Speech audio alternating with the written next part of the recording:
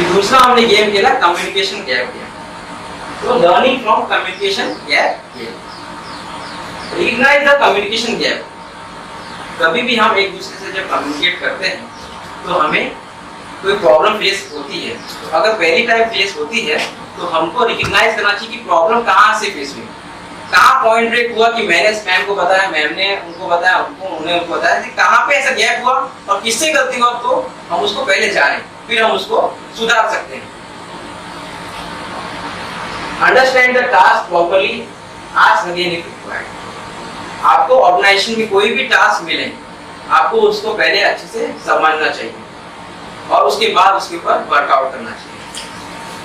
Ask again if required. हम क्या करते हैं, जैसे कि कोई सीनियर ने हमें कोई टास्क दिया, जैसे गुरविंदर सर ने ही कोई टास्क दिया, उन्होंने बोला अपने हिसाब से वो क्लियर है, उन्होंने सर को टास्क दिया, सर क्लियर है अपने हिसाब से, मैंने उनको पूरा अच्छे तरीके से समझाया। क्या सर को अच्छे समझ में आया?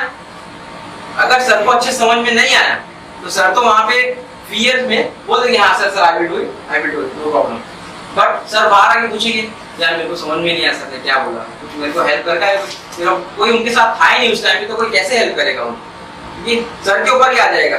तो अंडरस्टैंड द टास्क प्रॉपर्ली, कोई भी टास्क आपको दे उसको प्रॉपर्ली अंडरस्टैंड करें। If necessary then ask again, sir sorry I admit करो कि मेरे को समझ में नहीं आया सर, आप मुझे फिर से एक बार बताइए।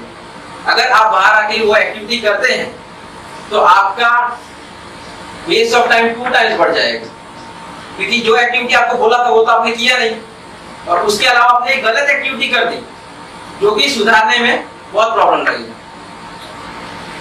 जैसे भी सुपरवाइजर है वो वर्कर को कोई काम देता है, जैसे कि एम्प्लॉय सुपरवाइजर वर्कर को काम देगा कि ये काम करना है, वर्कर को भी हमको गाइड करना चाहिए कि अगर तुझे समझ में नहीं आया तो मुझे वापस पूछ, don't hesitate to ask, but कुछ गलत मत कर देना।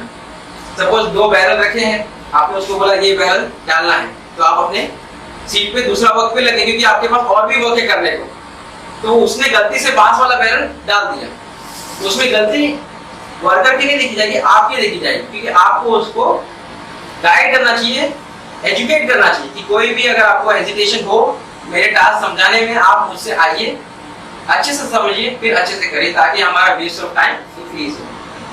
The third is practice written communication. Written communication को हम बीट नहीं कर सकते। जैसे हम वर्बल कम्युनिकेशन कर रहे हैं, वैसे ही मैं रिटन कम्युनिकेशन में मैं आपको कुछ लिख के दूं, जैसे I work in Pidilite industry, मैं मैम को तो मैम भी वही लिखेगी, सब वही लिखेंगे, क्योंकि उसको कोई भी मतलब कोई बैरियर नहीं है उसमें, ये यहाँ पे कम्युनिकेशन गैप हो पाए।